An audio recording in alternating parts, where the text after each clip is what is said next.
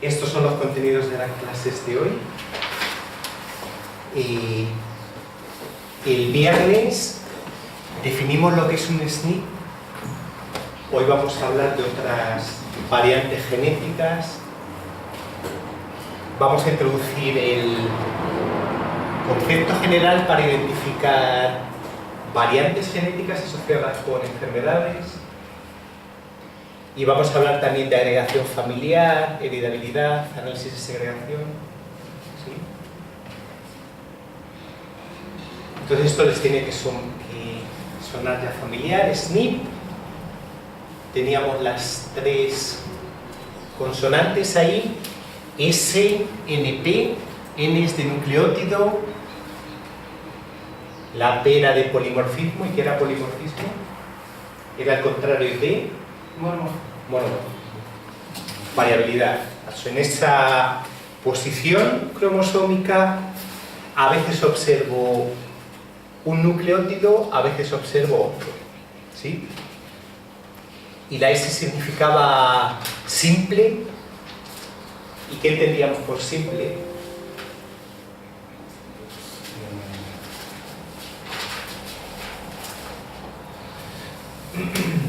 Cuando hay un cambio a nivel de solo un nucleótido. Ahí está. Decíamos esto. Bueno, los humanos somos diploides. Tenemos dos alelos. Decíamos, bueno, en una hélice, enfrente de una T, siempre vamos a encontrar una A. Pero eso no nos interesa. Lo que decimos es, bueno, en una posición particular, si a veces veo este nucleótido T y a veces otro nucleótido C, y solo dos, hablamos de polimorfismos. ¿Sí? Si en una posición particular a veces veo T, a veces C y a veces A, tengo una variante genética, pero eso no es un SNP. Entonces, la característica más importante de estas variantes genéticas es que son heredables. Si el padre tiene dos copias del alelo C y la madre tiene dos copias del alelo T, toda la descendencia de esa pareja van a ser heterocigotos con el genotipo CT. ¿Sí? El primer ejercicio. Supongamos que un individuo tiene este genotipo, una copia de G y una copia de A. ¿Qué genotipos tienen sus padres? Sí, puede ser G y A. Sí, también puede ser. Puede ser, claro. Tenemos aquí el padre, la madre, y la descendiente es GA. Aquí. Una copia de G y una copia de A. ¿Qué genotipos puede tener el padre y la madre? Entonces ponemos aquí genotipo del padre, genotipo de la madre. Tenemos una variante genética, un polimorfismo. Los tres genotipos posibles son homocigoto para G, heterocigoto, homocigoto para A, lo mismo para la madre. Lo mismo para la madre, claro, y para que se dé. AA. Podría ser GGA. Esto podría ser, por ejemplo, ¿no? Sí. Sí. Hereda G del padre y si tiene suerte y hereda A de la madre, tiene este genotipo. Esto es posible. Esto también es posible. Todos los hijos de este padre con esta madre van a tener ese genotipo. ¿Sí? Esto no es posible. Si el padre es homocigoto para G y la madre homocigoto para G, esos no me valen. Esos tampoco. Pero quitando esos dos, el resto de combinaciones son posibles. ¿Sí?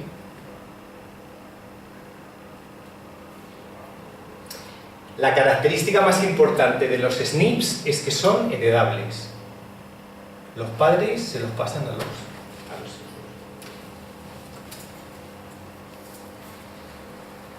¿Qué otras variantes hay? Bueno, hemos hablado de una variante muy particular, los SNPs, pero otro tipo de variantes genéticas muy comunes son los indels. Indel, in de inserción y del de deleción. Que tenemos, por ejemplo, aquí, en una posición cromosómica, si a veces observo C y a veces observo en esa posición C, T, T, T, bueno, pues ahí ha habido una inserción de 3 veces el nucleótido T. Eso sería una inserción, un indel. ¿Sí? Inserciones o deleciones de pares de bases que van desde 1 hasta 1000.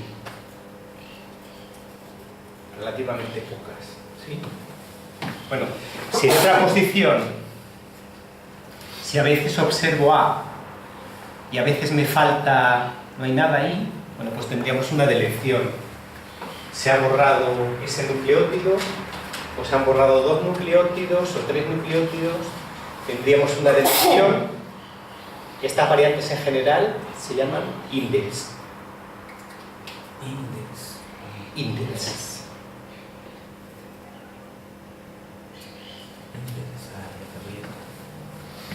Otras variantes muy comunes es, bueno, en ciertas regiones del genoma se repiten secuencias de nucleótidos. Si estas secuencias son pequeñitas, de 1 a 6 nucleótidos, hablamos de microsatélites. Podemos decir, bueno, en esta posición del genoma ahí se repite la secuencia CAT, CAT, CAT, y algunos individuos tienen 3 copias de CAT y otros individuos tienen 10 copias de CAT.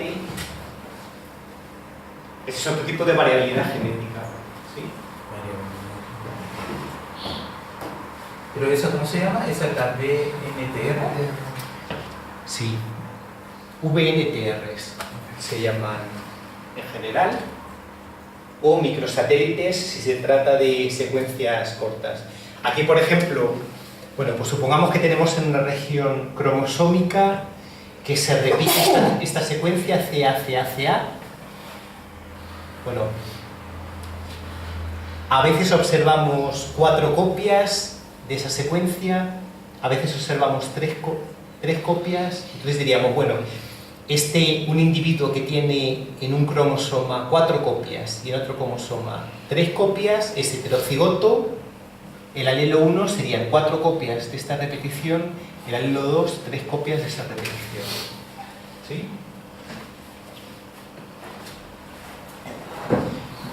Estas son variantes genéticas relativamente pequeñas. Bueno, pues de 1 a 1000 pares de bases que se insertan o se borran, o repeticiones que varían el número de veces que se repite la secuencia. Y luego hay cambios más importantes que llamamos en general variantes estructurales. Bueno, eso sería a lo mejor que un trozo de un cromosoma me migre y se me pega a otro cromosoma.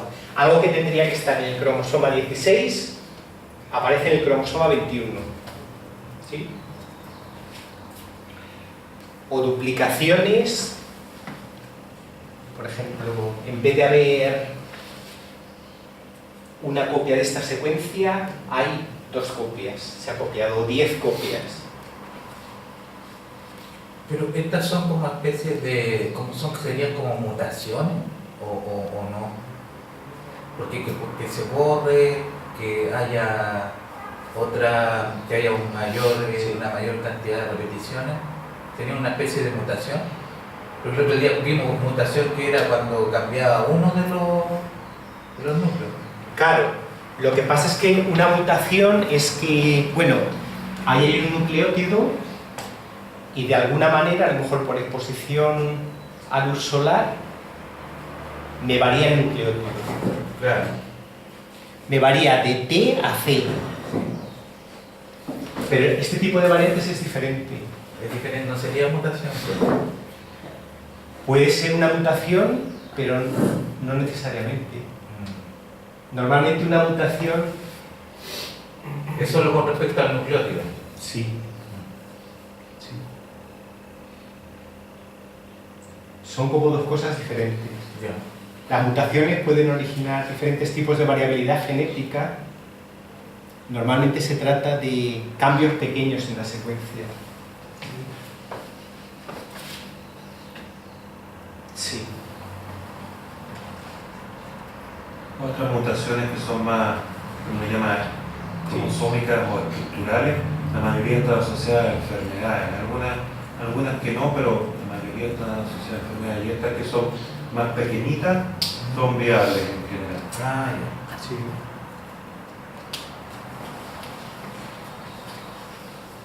O sea, pero por ejemplo cuando hacen, cuando la fruta que le hacen una cierta variación o mutación, eso sería una mutación lo que hacen. Cuando sacan, por ejemplo, una especie como nueva de fruta o hacen una mezcla. ¿Tú estás hablando de los transgénicos? Fruta así como... Cuando hacen, por ejemplo, tomate resistente al frío, ¿cuánto tú? No, cuando sacan una fruta que es como una mezcla entre dos frutas. Ah, ya. O por ejemplo cuando sacaron la uva sin pepa. Yo no sé, la genética de plantas yo no entiendo mucho, pero yo me imagino eso como que, bueno, habrá una región cromosómica donde haya un gen que codifique para que se forme lácteo. Entonces se saca esa parte del genoma. Entonces, eso es manipulación genética, pero yo eso no sé si se puede interpretar como mutación. Ah, pues estén solamente sacando esa parte, Sí. no cambiándole. No sé cómo se hace eso de manera práctica. O a lo mejor si se somete a moscas de la fruta a radiación con rayos X para ver mutaciones. Pues, no sé, me imagino que unas moscas tendrán cambios en el genoma pequeñitos y otras cambios en el genoma muy importantes. ¿Sí? Depende de la radiación que las metamos a las pobres moscas para ver un tipo de variante u otra.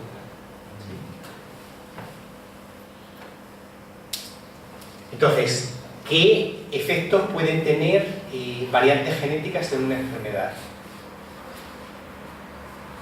Bueno, pues vamos también a distinguir entre los SNPs y este otro tipo de variantes genéticas. Claro, habíamos dicho que el genoma humano es muy largo.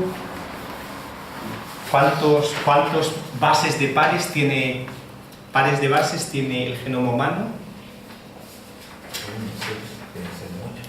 ¿Cuántos eran? Eran 3.000 millones. Nucleótidos, uno detrás de otro, uno detrás de otro, uno detrás de otro. Entonces, bueno, la mayor parte del genoma no se traduce en proteínas. Hablamos de genoma no codificante. Y solo... Son 3.000 millones de pares de nucleótidos. Sí. De pares de nucleótidos. 3.000 millones. 1, 2, 3. 1, 2, 3. Y como somos diploides, tenemos dos copias de pares. Esto está organizado en una doble hélice de ADN y cada uno de nosotros y casi cada una de nuestras células tiene 3.000 millones de nucleótidos uno detrás de otro. Bueno, de la secuencia completa, solo un 1% más o menos se va a transcribir en RNA y luego se va a traducir en proteínas. ¿Sí? Entonces, bueno, si elegimos un SNP al azar, lo más probable es que nos caiga fuera de algo, de una región que se traduce primero en RNA y luego en proteínas. Bueno, supongamos que tenemos mucha suerte y que por casualidad nuestro polimorfismo cae dentro de una región que sí que se traduce primero en RNA y luego en proteínas. Bueno, pues si estamos también dentro de un gen hay... Esto es un gen. Dentro de un gen hay también regiones que se van a traducir primero en RNA y luego en proteína, y otras regiones intermedias que no se van a traducir. Las regiones que se traducen se llaman exones y las regiones que no se traducen se llaman intrones. ¿Exones? Exones, intrones. Entonces, lo más probable es que los SNPs estén fuera de genes. Y si un SNP está dentro de un gen, bueno, pues también puede caer dentro de un exón, que es una región que se va a transcribir primero en RNA y luego en proteína, y también nos puede caer dentro de un intrón. Entonces, claro, lo más probable es que el SNP se encuentre en una región no codificante, bien fuera de un gen o bien en un intrón. Ahora, los intrones son los que no se traducen en proteína. Ahí está. Los intrones no se traducen en proteínas. Los exones se van a traducir primero en RNA. Aquí este cacho, con este cacho, con este cacho, y luego en proteína. ¿Sí?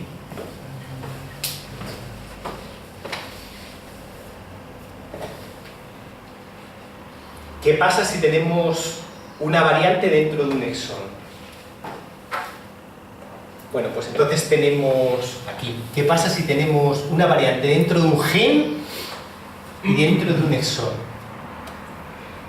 Bueno, pues tenemos un tipo de variantes que llamamos variantes sinónimas. Aquí, por ejemplo, bueno, pues supongamos que algunos individuos tienen esta secuencia TCT y otros tienen TCA. La variante ahí es la última posición, ¿sí? A veces observamos una T y a veces observamos una A.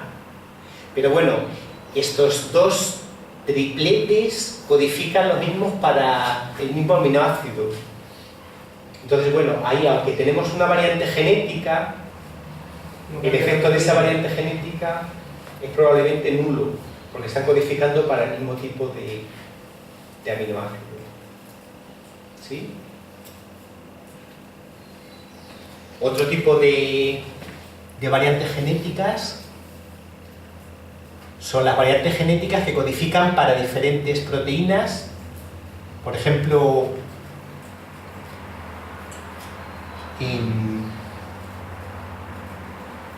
este triplete GAG en una posición particular del cromosoma codifica para este aminoácido GLU, y este otro triplete, aquí la variante genética es de A a T.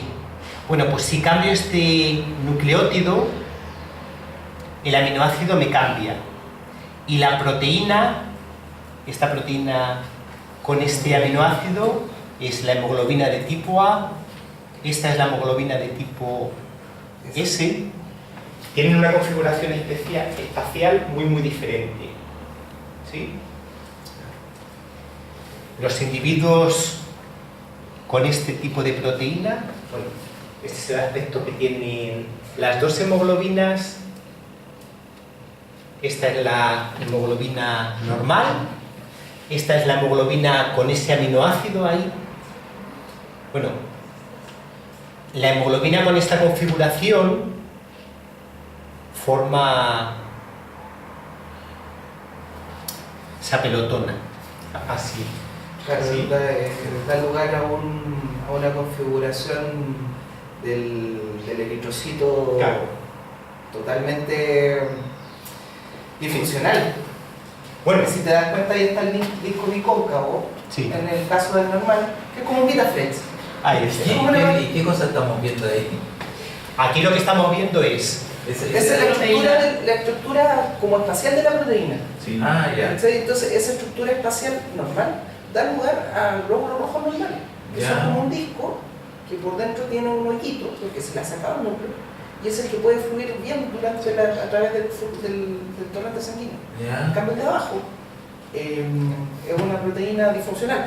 Entonces, hacer una proteína disfuncional forma un glóbulo rojo que tiene, imagínatelo como unas rugosidades. Y esas rugosidades No. dificultan que pase este glóbulo rojo a través de los capilares, de las venas, de todo. ¿Cómo es que se llama? Anemia falciforme. Falciforme. sí, Ah, y eso produce una enfermedad. Sí, eso produce anemia. anemia. Ah, ya. Claro, Claro, y uno lo ve en el frente sanguíneo. entonces, el cambio, esta variante genética, este SNP, se traduce en un aminoácido completamente diferente, en una estructura de la proteína completamente diferente, que tiene implicaciones fenotípicas. ¿Sí? Los eritrocitos normales fluyen muy bien, el aporte de oxígeno a todas las células está garantizado. Los eritrocitos con esta configuración no fluyen tan bien, se forman grumos y está asociado con esa enfermedad, pero esto no tiene solo desventajas, tiene también ventajas, y es que en algunas regiones de África hay, por ejemplo, mosquitos que transmiten una enfermedad, la malaria. Sí, la malaria. Claro, que un eritrocito tenga esta forma está asociado también con un riesgo menor de infección. Entonces, por un lado tengo el aspecto negativo, anemia, por otro lado tengo el aspecto positivo, bueno, estoy protegido contra la infección por malaria. ¿Sí? Y cuando no es homocigoto, sino que es heterocigoto, Claro, ahí puede haber una mejor ventaja, digamos. ahí está, ahí está. Entonces, claro, tenemos estos tres genotipos. Tenemos individuos que tienen dos copias de la hemoglobina mala. Esos individuos van a desarrollar la enfermedad, la anemia falciforme.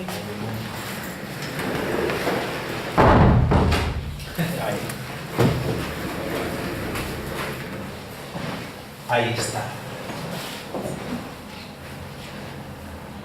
Claro, pero por otro lado, los heterocigotos no desarrollan la enfermedad y además son resistentes a la malaria.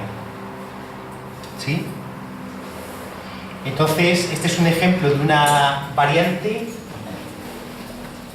con una cierta ventaja a la selección. ¿Sí?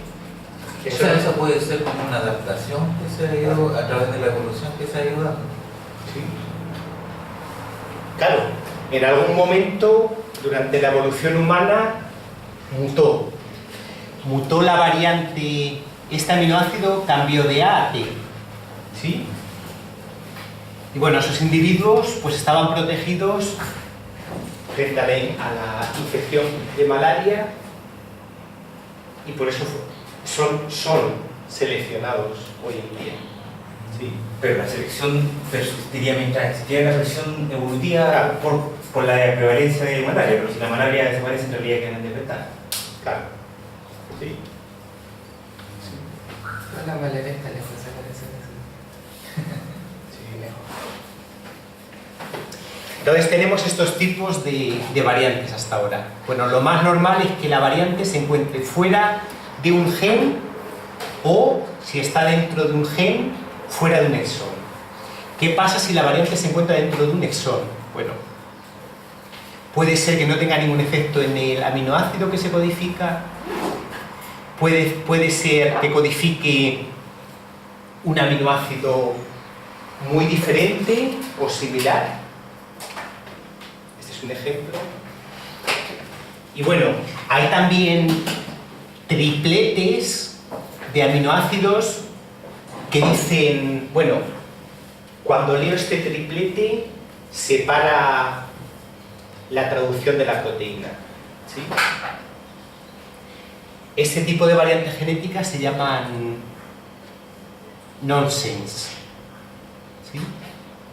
Lo que se hace es que la generación de la proteína se va a interrumpir de manera prematura y la proteína va a ser más corta de lo que tendría que ser. ¿Se entiende eso o no?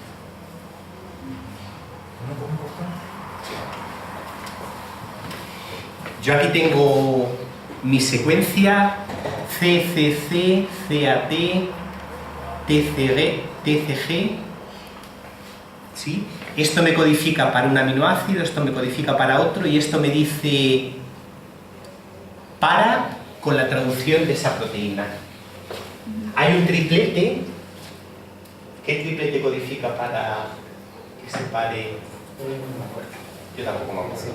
Hay un triplete, 3 nucleótidos dicen a la maquinaria de traducción y de traslación para con la traducción de la proteína. ¿Sí? Sí.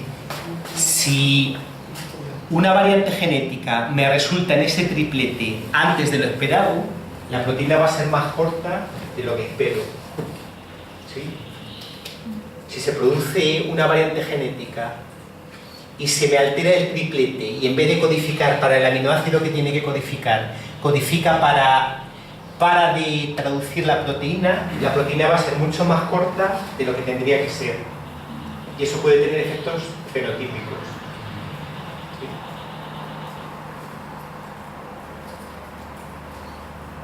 Entonces estos son los efectos de los SNPs en una enfermedad. Un ejemplo es la anemia falciforme. ¿Qué efectos pueden tener otro tipo de variantes en enfermedades? Bueno, hemos hablado de que en determinadas regiones del genoma, por ejemplo, en el cromosoma X, en una región particular del cromosoma X, este triplete CGG está repetido de 5 a 100 veces en personas con un fenotipo normal. ¿Sí? Y esta región tiende a elongarse de una generación a la siguiente. Entonces, si una persona tiene muchas copias, hablamos de el síndrome del cromosoma X frágil, y personas, claro, como los hombres tenemos solo una copia del cromosoma X, pues si tenemos mala suerte y tenemos un número muy alto de copias, vamos a desarrollar una enfermedad mental. Y en las mujeres no pasa eso, porque las mujeres tienen, como tienen 2 copias del cromosoma X, bueno, pues puede que tengan en un cromosoma muchas repeticiones, pero que la otra copia sea normal, un número bajo de repeticiones, y por eso los efectos son mucho menores en mujeres. ¿Solo en ese triplete? ¿Pasa eso? En el número de repeticiones de ese triplete. Porque otros sí se podrían repetir y no pasaría nada. Claro. Sí. Tenemos... El genoma humano es muy largo. Entonces eso es una región en un cromosoma que se ha identificado que tiene repeticiones. ¿Sí? Si en esa región del cromosoma X hay de 5 a 100 veces esa repetición, todo está bien. Si ese triplete está repetido 4000 veces, el cromosoma X es muy inestable y eso causa en individuos con solo una copia del cromosoma X, en hombres, una enfermedad. ¿Sí? Y una cosa muy parecida pasa en este gen, el gen de Huntington. ¿Sí? Hay lo mismo. Ahí, hacia el final del gen, está repetida esta secuencia CAG. Bueno, individuos con menos de 27 repeticiones, tenemos un fenotipo normal. Individuos con más de 36 repeticiones tienen una tasa de decaimiento neuronal más rápida de lo normal, y cuantas más repeticiones tengamos, más rápido durante la vida se produce este defecto en el cerebro y las personas enferman a una edad más temprana. ¿Sí? Por ejemplo, una persona con 36 copias enferma, tiene esta enfermedad mental a la edad de 70 años, y una persona con 100 copias enferma a la edad de 20 años. ¿Sí? Entonces, estos son dos ejemplos de efectos negativos de variantes genéticas asociados con enfermedades. Y las variantes genéticas no solo tienen efectos negativos, tienen a veces también efectos positivos. Esto es un ejemplo positivo. Bueno, en este gen, el receptor 5 de las citoquinas, CCR5, bueno, pues algunos individuos tienen una deleción de 32 pares de bases en ese gen. Bueno, y los individuos que tienen esta deleción, pues tienen suerte porque el virus VIH1 no es capaz de infectar y están protegidos frente a la infección con el virus VIH. Pero podrían ¿Qué ser pasa con portadores. No son portadores porque el virus no les infecta. Ah, tampoco. Ah. ¿Qué pasa con el dos, profesor? ¿O se ha documentado solo para uno? ¿O se sabe algo con respecto a esa lesión para el VIH? Están solo protegidos frente al uno. Sí. Perdón, de lesiones. De lesiones, borramos algo. ¿Sí? Tenemos el gen, así, tenemos el gen. No sé ahora mismo cuántos exones tiene ese gen, pero bueno, en algunos individuos se borra una parte y eso está asociado con un fenotipo positivo. ¿Sí? Eso es en una zona particular, digamos, de, Sí. de ese gen. Sí. Y eso no lo hace perder otras funciones, digamos, que puedan ser importantes. Probablemente tenga también un efecto, me imagino que será menor. ¿Sí? Sí. Entonces vemos que las variantes genéticas pueden estar asociadas con enfermedades positivas, protección frente a la malaria, protección frente a infecciones víricas, o negativas también, desarrollo de enfermedades mentales, anemia.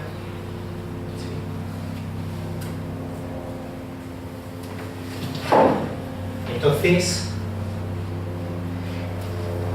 ¿cómo es posible que las variantes genéticas, tanto los polimorfismos como este tipo de variantes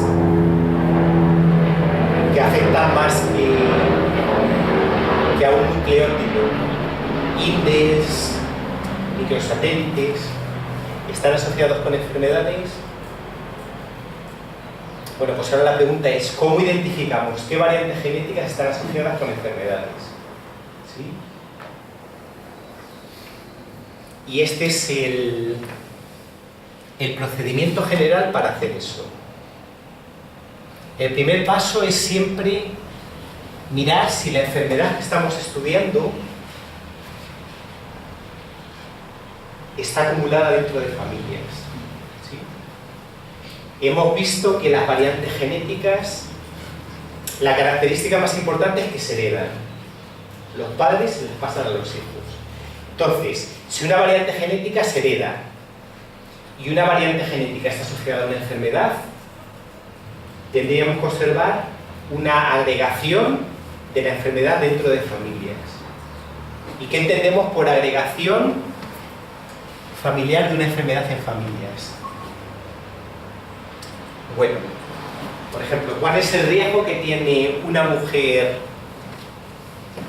chilena, digamos, de desarrollar cáncer de mama antes de la edad de 75 años? ¿Cuántas mujeres chilenas tienen cáncer de mama antes de 75 años? No sabemos. 1 de cada 100, 10 de cada 100, 20 de cada 100.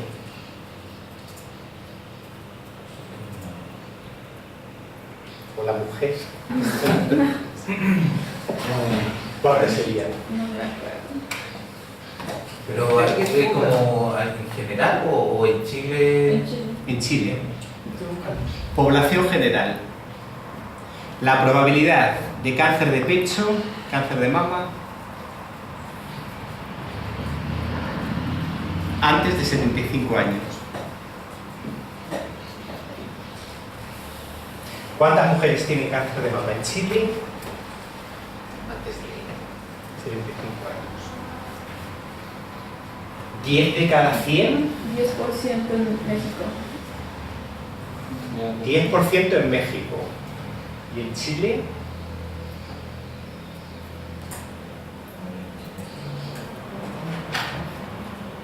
Y eso es como el 13, No. ¿no? Gracias a Dios, no. Por 100.000 habitantes, para el año 99 había 13. Por 100.000 habitantes. Ah, pero por 100.000, Claro, claro. sí, 100.000, es súper poco. ¿Y eso en qué edad? Claro, eso es diferente. Pero esa pregunta no es esta, ¿eh? Yo creo que esa Se lo repito, ¿eh? Una persona, por ejemplo, si vive 75 años, no tendría por 100.000 personas años. Cada persona tendría 75, entonces habría que dividir eso por 75. Yo creo que esa es la incidencia, ¿no? No sé, ¿cuántos nuevos casos hay Claro. por año? Eso es la incidencia. Bueno, pues te lo digo yo. Esto es más o menos de un 4%. ¿Sí? Bueno, en la población general, si elegimos una chilena al azar, la probabilidad de que esa mujer desarrolle cáncer de mama antes de la edad de 75 años es más o menos de un 4%. ¿Sí? Ahora, ¿qué pasa si en vez de elegir una mujer chilena al azar, elegimos la hija de una mujer con cáncer de mama? Ahí debería ser más. Claro. Hija de paciente. ¿Cuál es el riesgo? El riesgo de cáncer de mama antes de 75 años. Tiene que ser más alto de un 4%, ¿no? Sí. ¿Cuánto? ¿El doble? Diría el triple. No, el doble. El doble. Nos vamos como a un 8%. ¿Sí? Esto es lo que entendemos por agregación familiar. Pero y ahí no hay que considerar también el tipo de cáncer, porque hay cáncer que es como más agresivo, también debería aumentar o disminuir. Hay cánceres como más heredables o menos heredables. Hay que la enfermedad sea más agresiva o no. Ya. Pero hay más Sí, bueno, cáncer colorectal es en general menos agresivo que cáncer de hígado, pero aquí lo que interesa es, bueno, ¿Qué tan heredad? ¿qué riesgo hay en la población en general y qué riesgo hay entre los familiares de los pacientes? ¿Sí? Como comentario, o sea, a uno le hace sospechar, y en este caso tiene algo de realidad, que entonces es una herencia genética, pero la delegación familiar también puede dar cuenta de costumbres, por decirlo así, comunes de la familia. Por ejemplo, la obesidad tiene parte genética, pero también si los padres son obesos, más bien por las costumbres de comer mucho, el hijo también tiene alta probabilidad de ser obeso. Ahí está. Entonces no solamente da cuenta de lo genético. Claro. Claro, el primer paso es ver si hay una agregación familiar. Si los parientes de los pacientes que comparten con ellos variantes genéticas tienen un riesgo más alto que la población en general. Si yo veo que el riesgo de la enfermedad para la población general y para los parientes de los pacientes es el mismo, bueno, pues me dedico a otra cosa, a tratar de identificar variantes genéticas asociadas con la enfermedad. ¿Sí? Ese es el primer paso. Lo mismo para cáncer de próstata.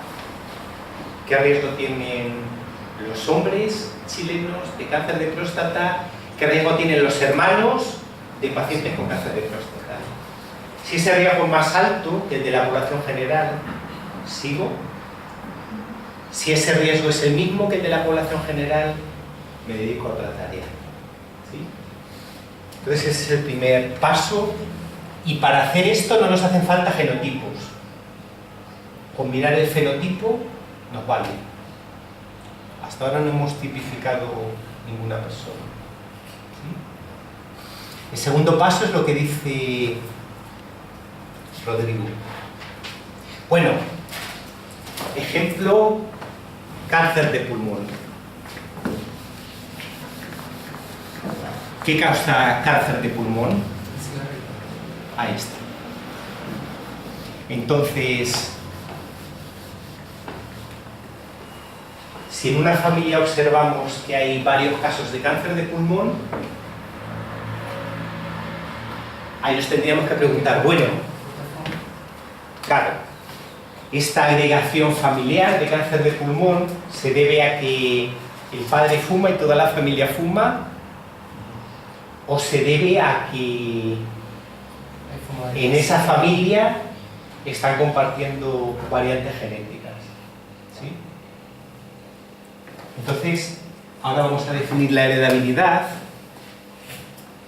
Claro, la heredabilidad es, tenemos variabilidad fenotípica debida a los genes y tenemos variabilidad genotípica debida al medio ambiente. Estos son los genes. Este es el medio ambiente. ¿Sí? Entonces, el cáncer de pulmón tiene una componente genética y tiene una componente ambiental. Fumar es mi exposición ambiental. Entonces, esta razón, la variabilidad genética dividido entre la variabilidad total, que es genética más ambiental, es lo que llamamos como, denominamos eso heredabilidad.